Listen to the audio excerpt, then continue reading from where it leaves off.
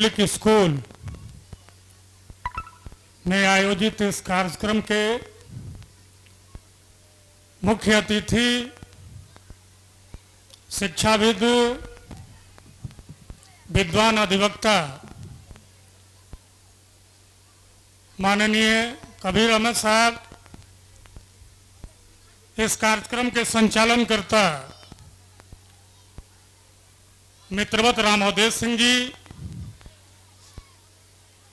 इस कार्यक्रम में उपस्थित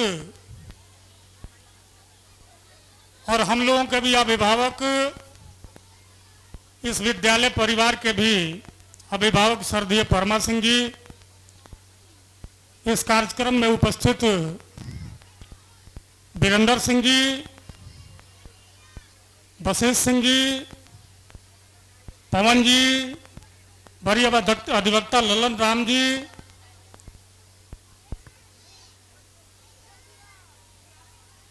और इस कार्यक्रम में उपस्थित आप सभी अभिभावकों, बुजुर्गों और नौजवान साथी,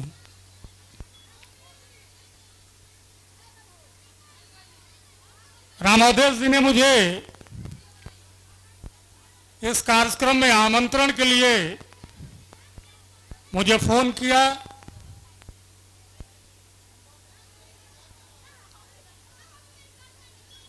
मुझे बड़ा अच्छा लगा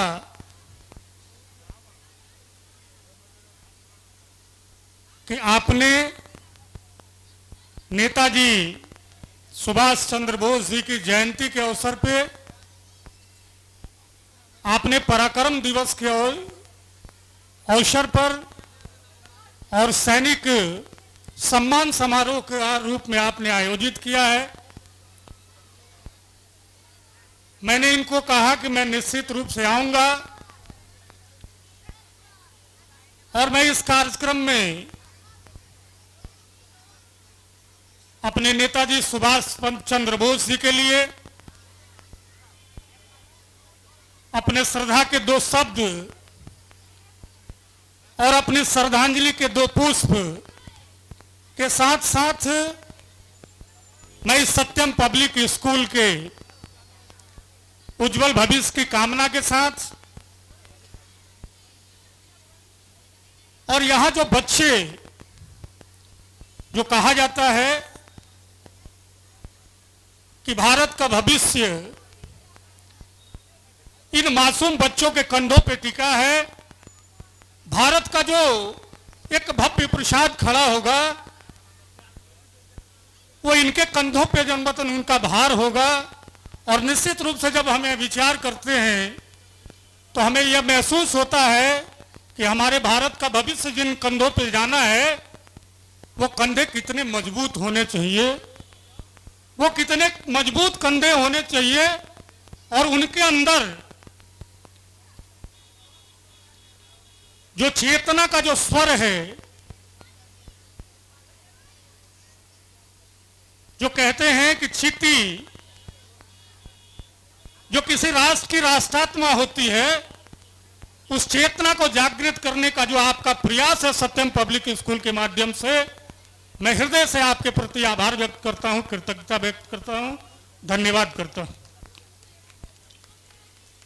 आज नेताजी की जयंती है। मैं बड़ी काफी लंबे समय से यहां बैठ करके इस विद्यालय के बच्चों की प्रस्तुति सुन रहा था और देख रहा था। आपके विद्यालय के बच्चों ने जो प्रस्तुति हम लोगों के सामने, इस समाज के सामने प्रस्तुत किया है,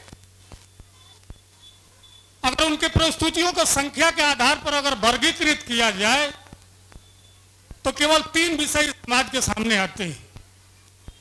और वो ये 3 विषय इन प्रस्तुतियों के माध्यम से बच्चों ने जो दिया है कि देश के प्रति अपने को समर्पित करने का जो भाव है, देश के प्रति अपने सर्वस्व को बलिदान कर देने की जो चेतना है, जो भावना है, वो उनके प्रस्तुति से सामने आई। जो समाज की समस्या है, हम भारत को एक भूखंड नहीं मानते, हम भारत को भारत माता कहते हैं। अगर भारत माता कहते हैं और हमारा जो सनातन संस्कृति है, वह सनातन संस्कृति जो है वो नारी प्रधान संस्कृति। हम सीताराम कहते हैं, हम राम सीता नहीं कहते। हम राधा कृष्ण कहते हैं, कृष्ण जन्मतन राधा नहीं कहते। ये हमारी संस्कृति,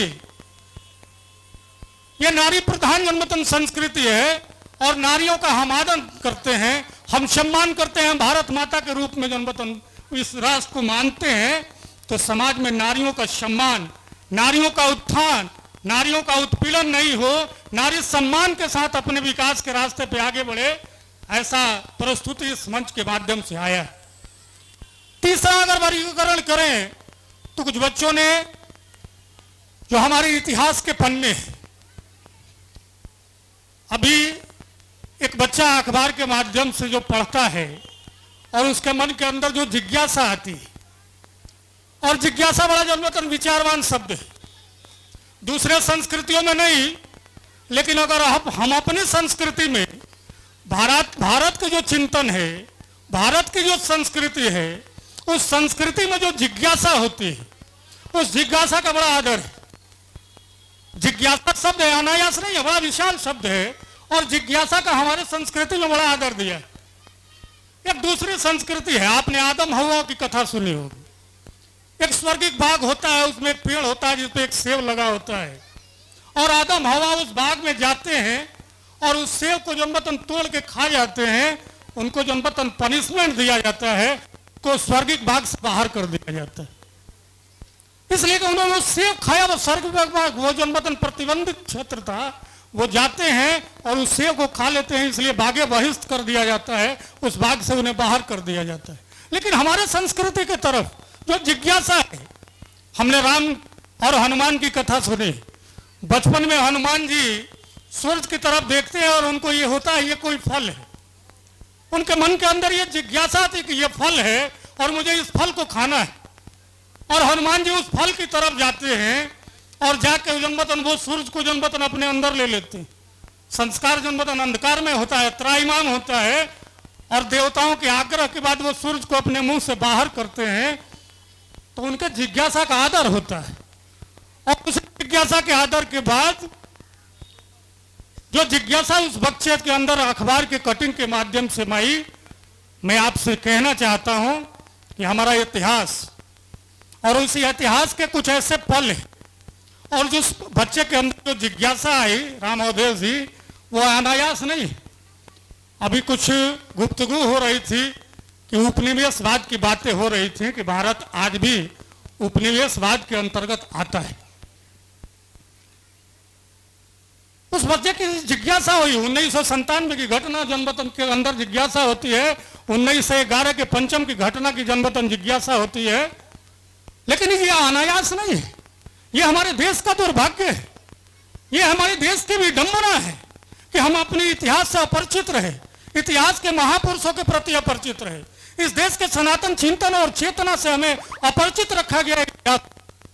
कि ये आजादी का जो अमृतकाल था, अमृतकाल है, आजादी में जिन लोगों ने बढ़ चढ़ के जन्मतन हिस्सा लिया, लेकिन उनको जब इतिहास के पन्नों में दर्ज करने की बात आई तो इस देश के वामपंथी इतिहासकारों ने, इस देश के वामपंथी इतिहासकारों ने भारत का इतिहास बाएं हाथ से लिखना प्रारंभ किया।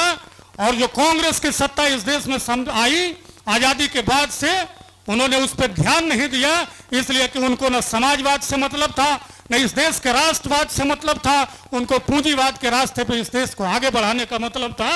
और मैं बड़ी विनम्रता से और बड़े विश्वास के साथ कह सकता हूं कि जो आजादी के बाद से इस देश में सत्ता बनी, इसको अन्यथा नहीं लेंगे। मैं एक राजनीतिक दल का कार्यकर्ता भी हूं, लेकिन मैं उस भाव से नहीं बोल रहा, उस बच्चे की जिज्ञासा के जन्मतन भाव से बोल रहा हूं कि अगर उस जिज्ञासा का समाज आदर देगा, यहाँ शिक्षक भी बैठे हैं, यहाँ अभिभावक भी बैठे हैं, जब हम विद्यालय में जाते हैं तो हम अगर विद्यालय की मार्किंग करते हैं तो शिक्षक के मन में क्या आता है, मन में आता है कि क्लास कौन सा अच्छा, जो एकदम शांत हो, चुप हो, कुछ बच्चा कौन सा अच्छा, जो कोई सवाल नहीं पूछता हो, आता हो, बैठता हो, शिक्षक जो पढ़ाते हो पढ़ता और चला जाता हो, वो बच्चा अच्छा है।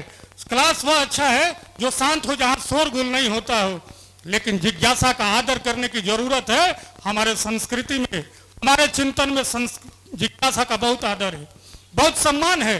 नचिकेता की कथा भी जन वतन कठोपनिषद के सुनते हैं। नचिकेता अपने पिता में यज्ञ करते हैं और नचिकेता छोटा सा बच्चा जब जाता है और उस यज्ञ की जो हवन के पास बैठता है, यज्ञ समाप्ति के बाद यदि उसके पिता दान करते हैं तो वह पूछता है कि पिताजी ये गाय किसको दोगे जिसको आपने छुआ है? उन्होंने कहा कि ब्राह्मण को दान करूंगा। ये अग्नि किसको दोगे? तो अग्निहोत्र ब्राह्मण दूंगा। ये अन्न किसको दोगे? तो ये फला व्यक्ति को दूंगा। ये चीज किसको दोगे? फला व्यक्ति को दोगे। और पूछते पूछते लास्ट में नचिकेता पूछता है कि पिताजी मुझे किसे दोगे? तो आक्रोश में उसके सवाल से घबरा करके उसके पिता कहते हैं तुम्हें दूंगा जमराज को। और आपको कठोपनिषद की कथा जन्मतन याद होगी, नचिकेता जमराज के पास तक जाता है और उसके जिज्ञासा का सम्मान जमराज करते हैं, मृत्यु और जीवन का जन्मतन ग्रह से समझाते हैं और तब नचिकेता आता है।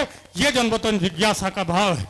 हमारे वामपंथी इतिहासकारों ने हमारे यहाँ जो आजादी मिली, हम जानते हैं 1947 को यह देश आजाद हुआ, लेकिन देश की जो तिथि तय थी वो 1948 थी।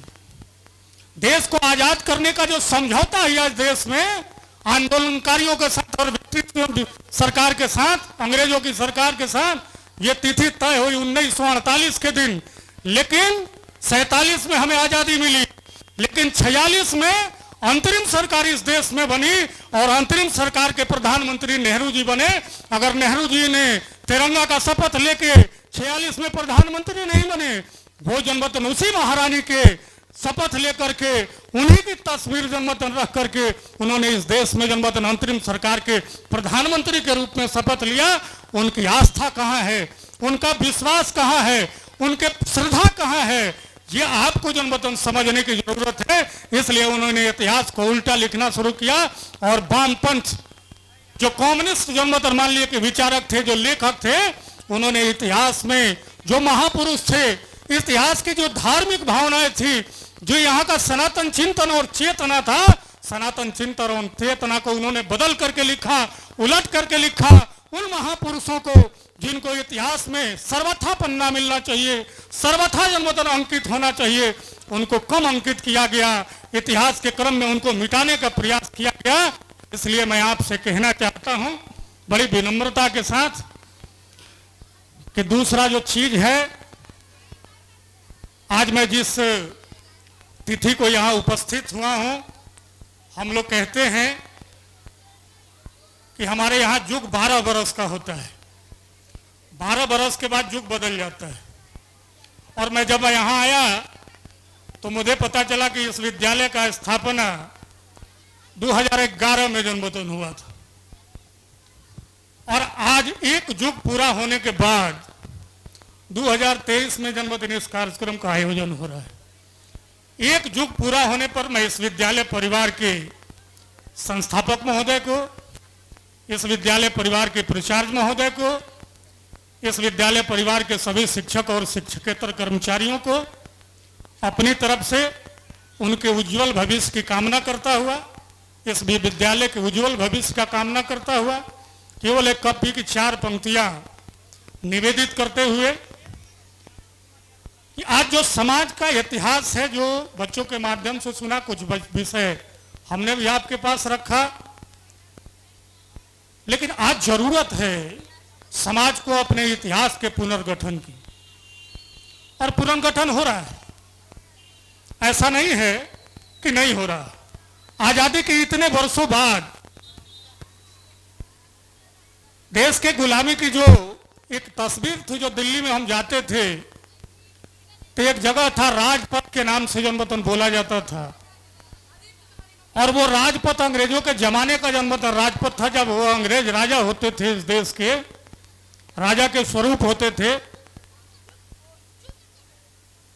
तो वो उनके लिए जन्मतन था। सामान्य आदमी का उस रास्ते पे आना जाना नहीं होता था। लेकिन 2014 में जब इस देश में एक ऐसी सरकार बनी जिसके मन के अंदर इस राष्ट्र के प्रति, इस देश के आजादी के आंदोलन में जिन्होंने अपनी आहुति दे दी, इस देश के महापुरुषों का आदर करने की जो भावना है और यह मान्यता है, और मान्यता ही नहीं, यह विश्वास है कि अगर हम अपने चिंतन और चेतना से अलग हो गए, इस धरती की एक मूल जो प्रकृति और प्रवृत्ति है,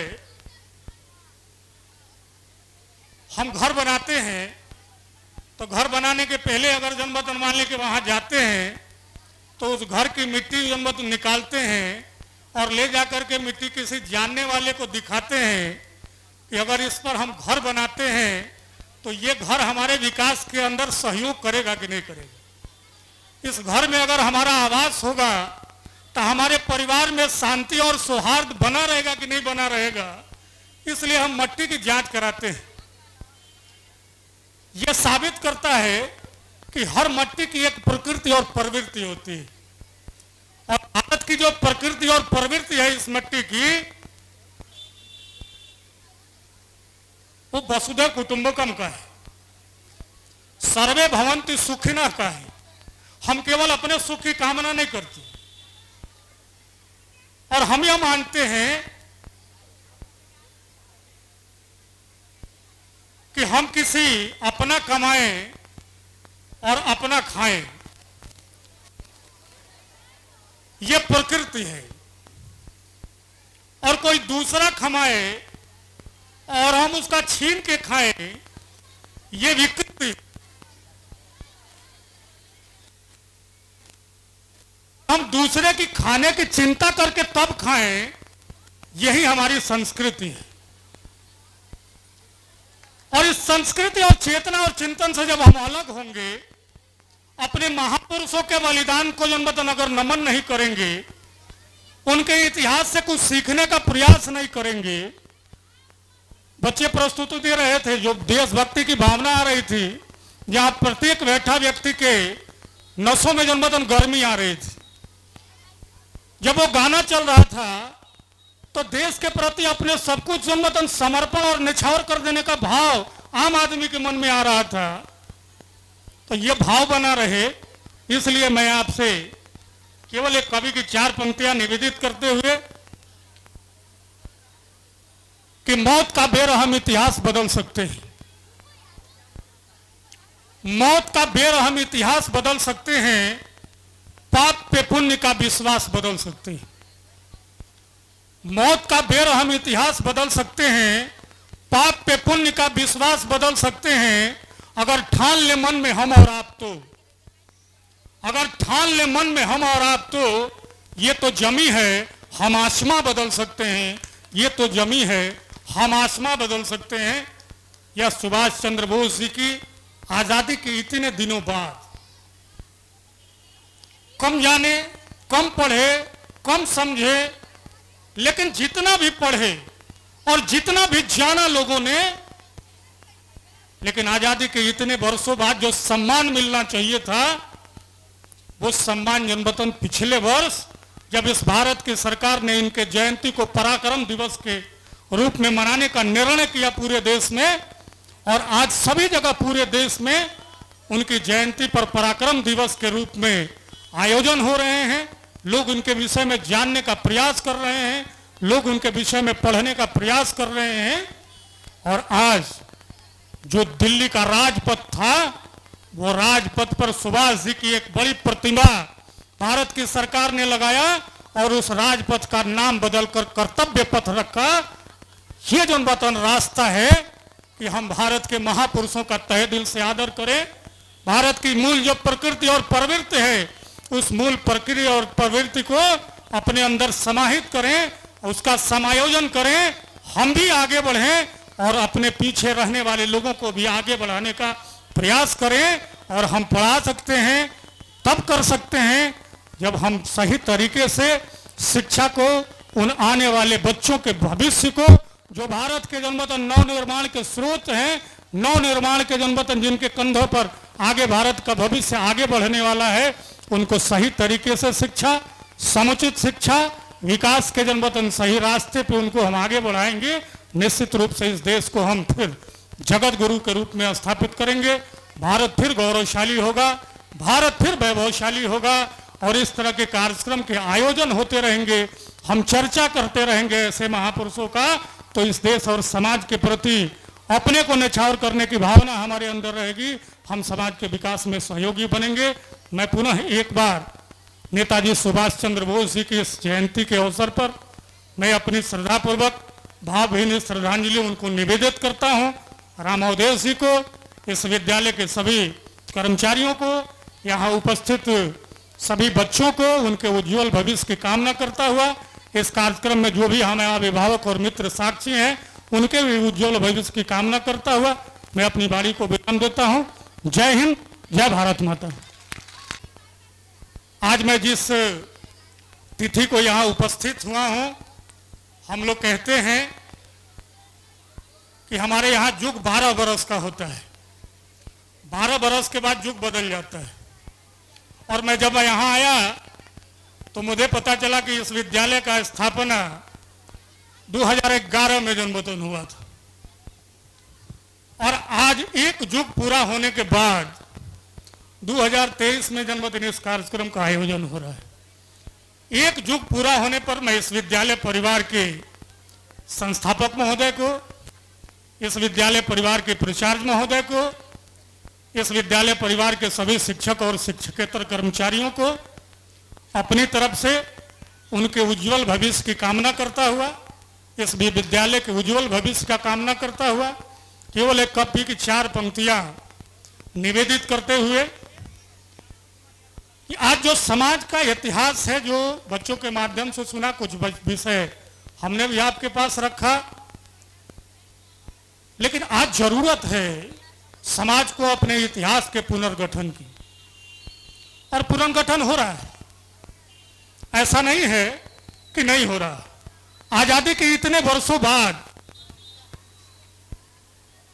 देश के गुलामी की जो एक तस्वीर थी, जो दिल्ली में हम जाते थे तो एक जगह था राजपथ के नाम से जन्मदिन बोला जाता था, और वो राजपथ अंग्रेजों के जमाने का जन्मदिन राजपथ था, जब वो अंग्रेज राजा होते थे, इस देश के राजा के स्वरूप होते थे, तो वो उनके लिए जन्मदिन था। सामान्य आदमी का उस रास्ते पे आना जाना नहीं होता था। लेकिन 2014 में जब इस देश में एक ऐसी सरकार बनी जिसके मन के अंदर इस राष्ट्र के प्रति, इस देश के आजादी के आंदोलन में जिन्होंने अपनी आहुति दे दी, इस देश के महापुरुषों का आदर करने की जो भावना है, और यह मान्यता है, और मान्यता ही नहीं, यह विश्वास है कि अगर हम अपने चिंतन और चेतना से अलग हो गए, इस धरती की एक मूल जो प्रकृति और प्रवृत्ति है, हम घर बनाते हैं तो घर बनाने के पहले अगर जन्मदिन मान लेके वहां जाते हैं तो उस घर की मिट्टी जन्मदिन निकालते हैं और ले जाकर के मिट्टी किसी जानने वाले को दिखाते हैं कि अगर इस पर हम घर बनाते हैं तो ये घर हमारे विकास के अंदर सहयोग करेगा कि नहीं करेगा। इस घर में अगर हमारा आवास होगा तो हमारे परिवार में शांति और सौहार्द बना रहेगा कि नहीं बना रहेगा, इसलिए हम मिट्टी की जांच कराते हैं। यह साबित करता है कि हर मिट्टी की एक प्रकृति और प्रवृत्ति होती है, और भारत की जो प्रकृति और प्रवृत्ति है इस मिट्टी की, वो वसुधैव कुटुंबकम का है, सर्वे भवन्ति सुखिनः का है। हम केवल अपने सुख की कामना नहीं करते, और हम यह मानते हैं कि हम किसी अपना कमाएं और अपना खाएं, यह प्रकृति है, और कोई दूसरा कमाए और हम उसका छीन के खाएं, यह विकृति। हम दूसरे की खाने की चिंता करके तब खाएं, यही हमारी संस्कृति है। और इस संस्कृति और चेतना और चिंतन से जब हम अलग होंगे अपने महापुरुषों के बलिदान को जन्मतन अगर नमन नहीं करेंगे, उनके इतिहास से कुछ सीखने का प्रयास नहीं करेंगे। बच्चे प्रस्तुति दे रहे थे, जो देशभक्ति की भावना आ रही थी, जहां प्रत्येक बैठा व्यक्ति के नसों में जन्मतन गर्मी आ रही थी। जब वो गाना चल रहा था तो देश के प्रति अपने सब कुछ जन्मतन समर्पण और निछावर कर देने का भाव आम आदमी के मन में आ रहा था। तो ये भाव बना रहे, इसलिए मैं आपसे केवल एक कवि की 4 पंक्तियां निवेदित करते हुए कि मौत का बेरहम इतिहास बदल सकते हैं, मौत का बेरहम इतिहास बदल सकते हैं, पाप पे पुण्य का विश्वास बदल सकते हैं। मौत का बेरहम इतिहास बदल सकते हैं, पाप पे पुण्य का विश्वास बदल सकते हैं, अगर ठान ले मन में हम और आप तो, अगर ठान ले मन में हम और आप तो, ये तो जमी है हम आसमां बदल सकते हैं, ये तो जमी है हम आसमां बदल सकते हैं। यह सुभाष चंद्र बोस जी की आजादी के इतने दिनों बाद, कम जाने, कम पढ़े, कम समझे, लेकिन जितना भी पढ़े और जितना भी जाना लोगों ने, लेकिन आजादी के इतने वर्षों बाद जो सम्मान मिलना चाहिए था, वो सम्मान जन्मतन पिछले वर्ष जब इस भारत की सरकार ने इनके जयंती को पराक्रम दिवस के रूप में मनाने का निर्णय किया पूरे देश में, और आज सभी जगह पूरे देश में उनकी जयंती पर पराक्रम दिवस के रूप में आयोजन हो रहे हैं। लोग उनके विषय में जानने का प्रयास कर रहे हैं, लोग उनके विषय में पढ़ने का प्रयास कर रहे हैं। और आज जो दिल्ली का राजपथ था, वो राजपथ पर सुभाष जी की एक बड़ी प्रतिमा भारत की सरकार ने लगाया और उस राजपथ का नाम बदलकर कर्तव्य पथ रखा।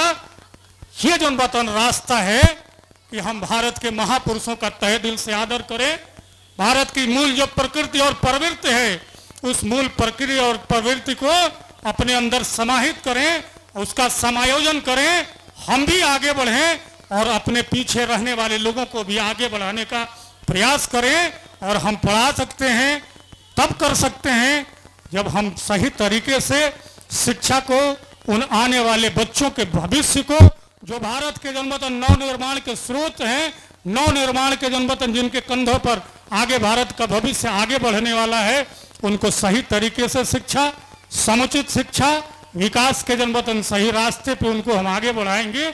निश्चित रूप से इस देश को हम फिर जगत गुरु के रूप में स्थापित करेंगे। भारत फिर गौरवशाली होगा, भारत फिर वैभवशाली होगा, और इस तरह के कार्यक्रम के आयोजन होते रहेंगे, हम चर्चा करते रहेंगे ऐसे महापुरुषों का।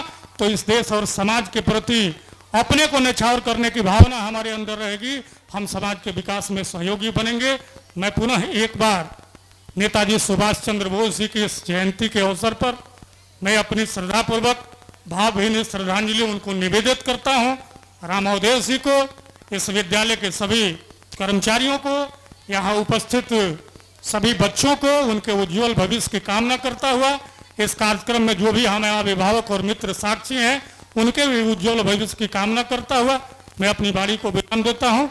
जय हिंद, जय भारत माता।